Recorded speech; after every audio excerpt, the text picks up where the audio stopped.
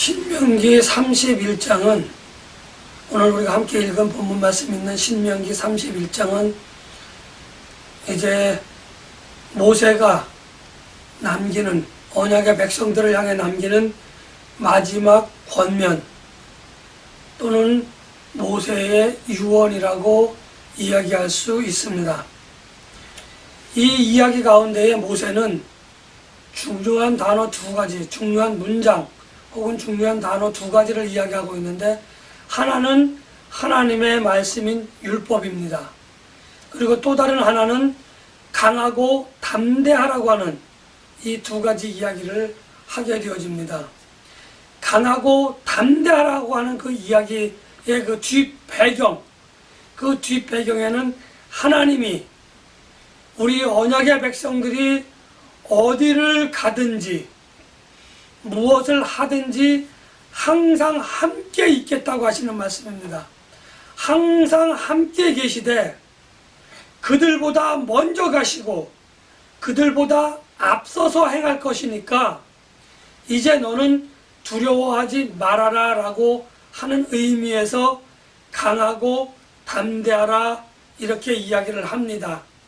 이것이 모세가 또 이것이 하나님께서 여호수아에게 말씀하신 강하고 담대하라라고 하는 그 말의 원래의 뜻인데, 많은 사람들은 강하고 담대하라라고 하는 그 말을 잘 알고는 있습니다. 많이 들어서 잘 알고 있는데 이 그 배경된 이야기, 그 뒷배경에 숨겨진 그 의미를 잘못 이해하고 있는 경우가 많이 있습니다. 그 의미는 무엇이냐면, 무엇을 하든지 간에 너는 걱정하지 말고 하라, 이런 이야기로 많이 들린다는 거죠. 내가 하는 것이 아니라 하나님이 앞서서 행하시고 하나님이 앞에서 행하시고 내가 따라가야 하는데, 내가 행하기만 하면 하나님이 다 해결해 주실 것이야 라고 하는 의미로 받아들여져 있고, 그런 의미로 사용되고 있는 것이 안타까운 현실이다, 이렇게 이야기할 수 있습니다. 이제 모세가 여호수아에게 강하고 담대하라 라고 이야기한 것 가운데에는 하나님께서 이스라엘 백성들에게 호렙산에서 주신 하나님의 말씀, 그것을 우리는 율법이라고 이야기를 하고, 좀 더 자세하게 이야기할 때는 율법과 규례와 법도, 이렇게 이야기를 하게 되어집니다. 그래서 모세는 신명기 31장에서 하나님의 말씀, 율법 또는 율례와 규례와 법도를 굉장히 강조하고 있는데, 이것이 이스라엘 백성들을, 아니 하나님과 언약을 맺은, 호렙산에서 언약을 맺고 그리고 지금 모압 광야에서 그 언약을 다시 한번 하나님께서 상기시켜 주시는 그 언약을 듣는 모든 사람들, 언약의 백성들에게 일컬어서 하시는 말씀인데, 이것을 하나님께서 뭐라고 하냐면, 이제 여호수아 너는 이 하나님의 말씀을 잘 기록하여서 내가 줄 테니까 이 하나님의 말씀을 언약의 백성들 앞에서 읽어줘라, 이렇게 이야기를 합니다. 그런데 읽어주는 것은 매일, 매년, 매달, 매시간 읽어주는 것이 아니라 7년에 한 번씩 하나님의 말씀인 율법과 율법인 규례, 율례, 법도를 읽어주어서 이스라엘 백성들이 하나님의 말씀을 잘 기억하고 하나님의 말씀을 잘 준행하여서 하나님으로부터 복을 받을 수 있도록 이제 자기의 후계자인 여호수아에게 그렇게 이야기를 하며 강조해 주고 있습니다. 그런데 하나님께서 이제 모든 자기의 순서, 그러니까 하나님께서 모세에게 주셨던 모든 사역을 모세가 이제 마치게 되어집니다. 여호수아에게 마지막 당부를 하고 여호수아에게 하나님의 말씀을 알려주고, 그러면서 또 뭐라고 이야기하시냐면, 이제 하나님께서 여호수아를 다시 한번 부르십니다. 그래서 여호수아에게 하나님이 또 하시는 말씀이 뭐냐면 강하고 담대하라라고 하나님께서 말씀하십니다. 이미 모세를 통하여 강하고 담대하라라고 하는 그 말을 들은 그러한 여호수아는 하나님께서 모세를 통하여 너와 여호수아가 회막 가운데로 나오라 이렇게 이야기를 하고 계십니다. 그리고 회막 앞으로 그들이 나아오자 그 회막에 구름 기둥이 임재하게 되어집니다. 구름 기둥이라고 하는 것은 또 하나님께서 낮에 이스라엘 백성들과 함께 하실 때에는 구름 기둥으로 인도하여 함께 그 구름 기둥으로 내가 지금 그곳에 있다고 하는 사인으로 구름 기둥을 보여주시고, 밤에는 불 기둥으로 내가 너희와 함께 있다고 하는 것을 사인으로 보여주시는 하나님이십니다. 제가 출애굽기를 여러분들에게 말씀드릴 때에 그렇게 하나님께서 불 기둥과 구름 기둥으로 이스라엘 백성들과 함께 계신다고 하는 것을 히브리 말로 쉐키나 이렇게 이야기를 했습니다. 그 쉐키나가 헬라어에서는 임마누엘로 바뀌게 되어지죠.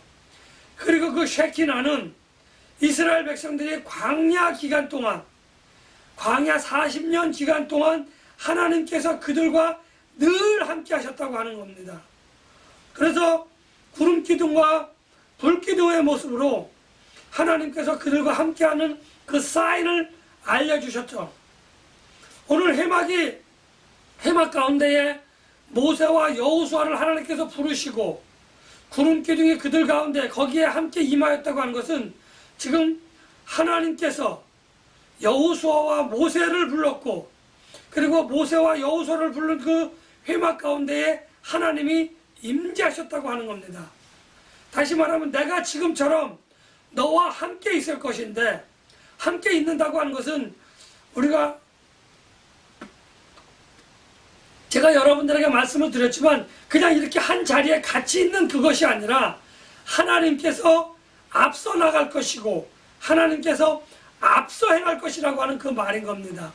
그래서 하나님께서 여호수아에게 강하고 담대하라라고 이야기했던 것은 모세가 했던 그 이야기를 하나님께서 다시 한번 여호수아에게 확신시켜 주시면서 내가 너를 떠나지도 않겠다라고 하는 그 이야기를 첨부해서 강하고 담대하라라고 하는 이야기를 하게 되어집니다.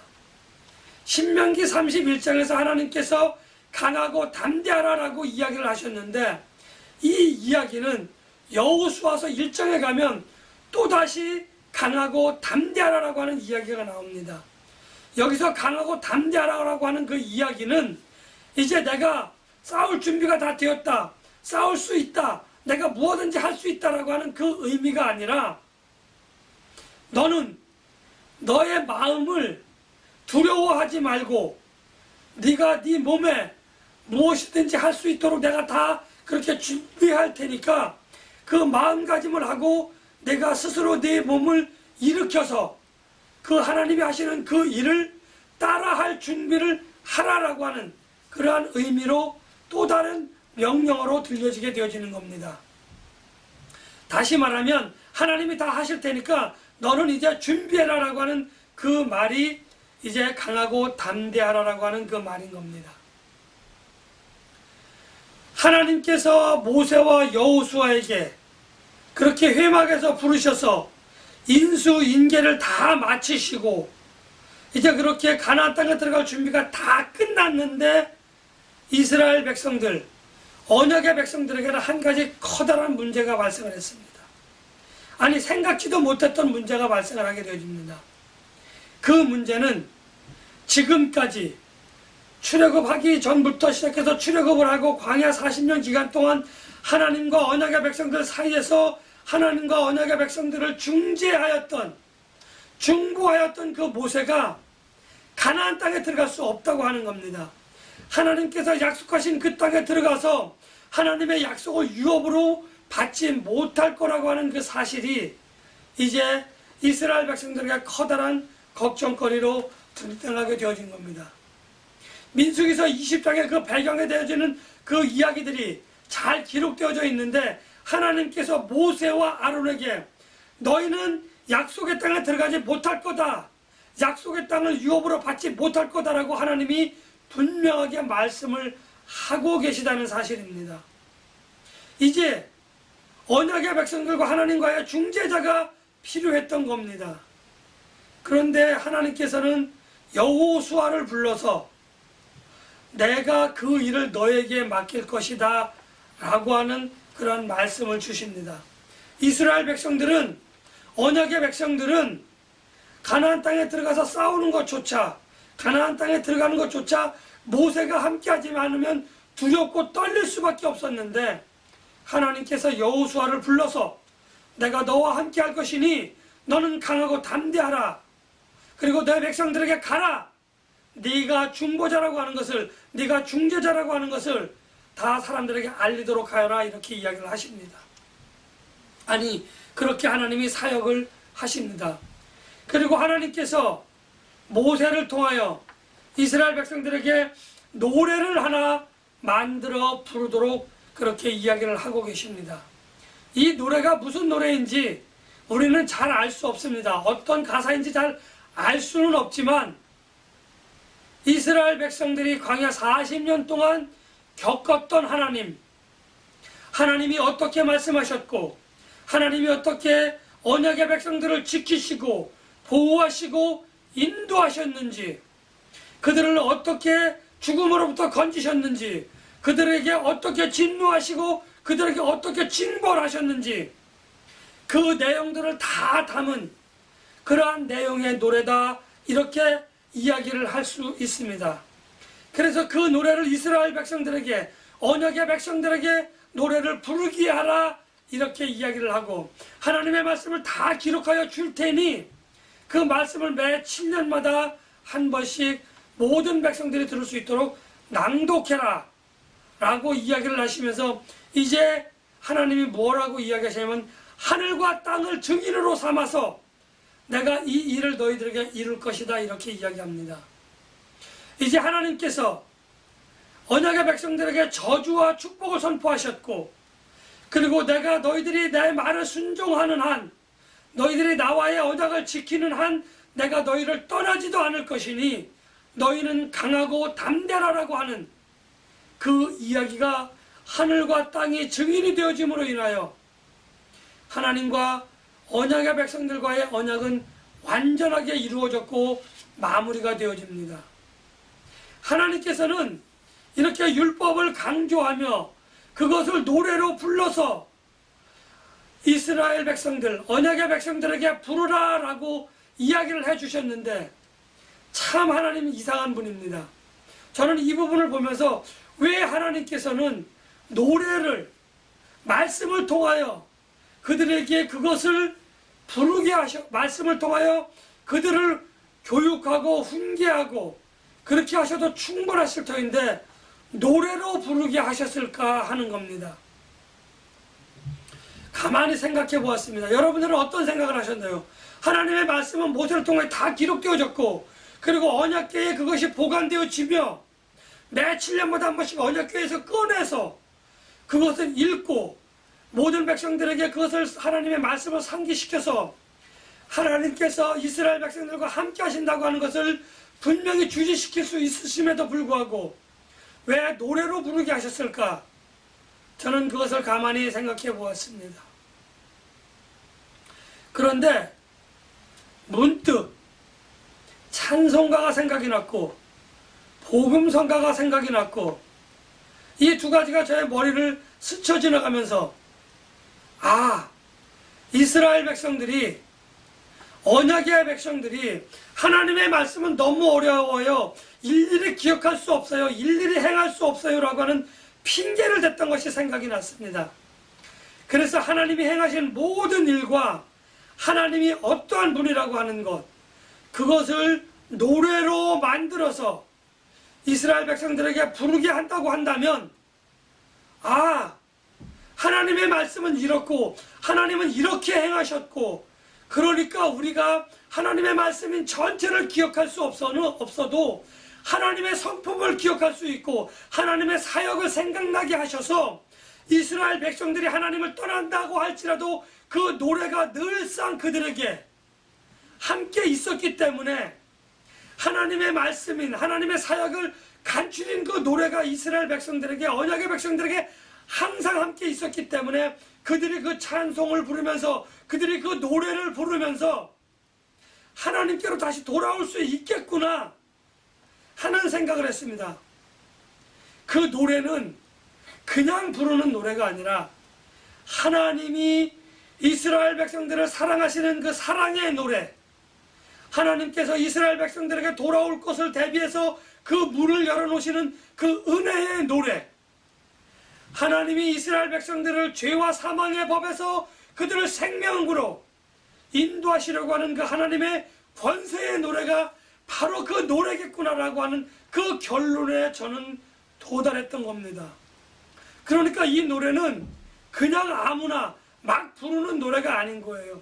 언약의 백성들이 하나님을 기억하고 그냥 아무 의미 없이 그 노래를 부르는데, 이 노래가 결정적인 순간에 하나님께서 감동을 주셔서, 성령님께서 감동을 주셔서 생각나게 하셔서 하나님에 대한 모든 것들을 알게 해주셔서 이스라엘 백성들이 다시금 하나님께 돌아올 수 있게끔 하는 그 노래라고 하는 것을 저는 깨달았던 겁니다. 이 노래가 지금 저에게, 이 노래가 지금 여러분들에게 불려지고 있다고 하는 겁니다. 저는 여러분들에게 묻습니다. 찬송가라고 하는 것, 복음성가라고 하는 것에 대해서 어떻게 생각하시는지 모르겠습니다. 우리가 하나님의 말씀인 성서 66권을 하나님의 감동으로 된 것이다 이렇게 인정하고 우리는 믿음으로 그렇게 받아들이고 있습니다. 저는 찬송가를 똑같은 의미로 받아들이고 있습니다. 여러분들은 에이 찬송가는 아니죠 라고 이야기할 수 있습니다. 예, 저는 그것을 부정하고자 하는 것이 아니라 제 개인적으로는 찬송가라고 하는 이 찬송을 저는 하나님의 감동으로 된 것이다 이렇게 이야기를 하고 싶습니다. 비록 사람이 글을 쓰고 사람이 그 곡조를 붙였기는 하지만 찬송가의 대부분의 찬송가의 그 내용이, 아니 찬송가의 그 가사들이 성령으로부터, 아니 성서로부터 그렇게 기인됐다고 하는 것은, 성서가 그 내용을, 바탕을 제공하고 있다고 하는 것을 볼 때에 찬송가는, 우리가 부르는 찬송가는 사람이 쓴 것이 아니라 하나님께서 주신 말씀을 기반으로 했기 때문에 성령의 감동으로 그 찬송이 기록되어졌다, 저는 이렇게 이야기하고 싶습니다. 하나님께서는 이 찬송을 통해서 하나님의 말씀을 이스라엘 백성들에게 생각나게 하고, 이스라엘 백성들이, 언약의 백성들이 생각나게 하셔서 그들을 돌아오게끔 하는 그 도구로, 은혜의 방패로 삼았던 것입니다. 저는 그래서 이 찬송가가 오늘 저에게, 여러분들에게 우리가 예배를 함에 있어서 불려지는 이 찬송가가 어떤 찬송가인지, 어떤 찬송으로 여러분들은 어떤 마음으로 부르는지 모르겠습니다. 그냥 예배 순서 가운데 있는 노래니까, 예배 순서 가운데 있는 찬송이니까 그냥 불러야 되는 거니까 이렇게 부르시는 건지, 아니면 찬송을 통해서 하나님의 말씀이 기억나고 하나님의 말씀이 생각나서 이 찬송 가운데 계신 하나님을 만나는 그런 하나님의 은혜의 방편으로, 하나님의 은혜의 도구로 생각하고 그렇게 부르는지 저는 잘 알 수 없습니다. 어떤 이는 기도를 하다가 하나님을 만나게 되어집니다. 어떤 이들은 찬송을 하다가 하나님을 만나게 되어집니다. 어떤 이들은 성도 간의 교제를 통하여 하나님을 만나게 되어집니다. 오늘 우리 교회에는 제가 개인적으로 바람이 있다고 한다면 이 모든 것이 각자의 삶 가운데에, 각자의 신앙의 고백 가운데에 이루어지고 나타나서 정말 교회를 교회되게 하는 그러한 여러분들이 되시기를 저는 그렇게 기도하며 그렇게 노래하고 있습니다. 하나님의 말씀을 일일이 기억할 수는 없어도 노래를 통하여 하나님이 하신 말씀, 노래를 통하여 하나님이 하신 그 사역을 우리는 생각나게 하도록 하시기 위하여 하나님께서 오늘 저와 여러분들에게 찬송가를 주셨다. 저는 이렇게 믿고 싶습니다. 아니, 저는 이렇게 믿고 있습니다. 하나님의 은혜의 방편이 되시는 찬송, 구원의 능력이 되시는 찬송, 하나님께 참여할 수 있도록 우리에게 은혜를 주시는 그 찬송, 여러분들은 그 찬송을 부르고 계십니까?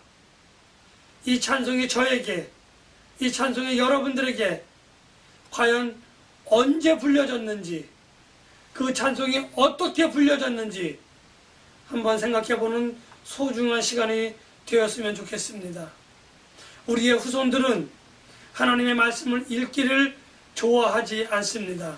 하나님의 말씀을 마치 모압 광야에 있는 백성들처럼 나를 구속하는 것, 나를 귀찮게 하는 것, 어려운 것, 행하기 어려운 것, 생각하기 힘든 것, 알 수 없는 것, 그렇게 생각하고 그렇게 판단하고 잘 받아들이지 않으려고 하는 것이 우리의 후손들이고 요즘 세대들입니다. 그러나 그것을 노래로 만들어서 우리의 믿음의 후손들에게, 우리가 알고 있는 많은 사람들에게 전한다고 한다면 그 노래는 하나님의 말씀이고 하나님의 능력이 되어져서 그들이 하나님을 만나는 소중한 은혜의 방편이 되어지고 그들이 하나님께 돌아와 함께 예배하며 찬송하는 소중한 하나님의 노래, 오늘 본문 가운데에서 말씀하신 그 노래가 되어져서 하나님께서는 믿는 사람의 수를 더하게 하는 베드로의 설교와 같은 그런 하나님의 놀라운 도구가 사용될 것이라고 하는 그 믿음을 저는 가지고 있습니다. 이 노래를 통하여 하나님의 말씀을 기억하고 하나님께 돌아와 함께 예배하는 수많은 사람들이 있어지기를 기원하며, 저는 여러분들이 날마다 부르는 찬송이 이전에 불렀던 찬송이 아니라 내가 새로 거듭나 새롭게 불리는 새 노래로 하나님을 영화롭게 하는 저와 여러분들이 되시기를 예수님의 이름으로 간절히 축복하며 기도합니다.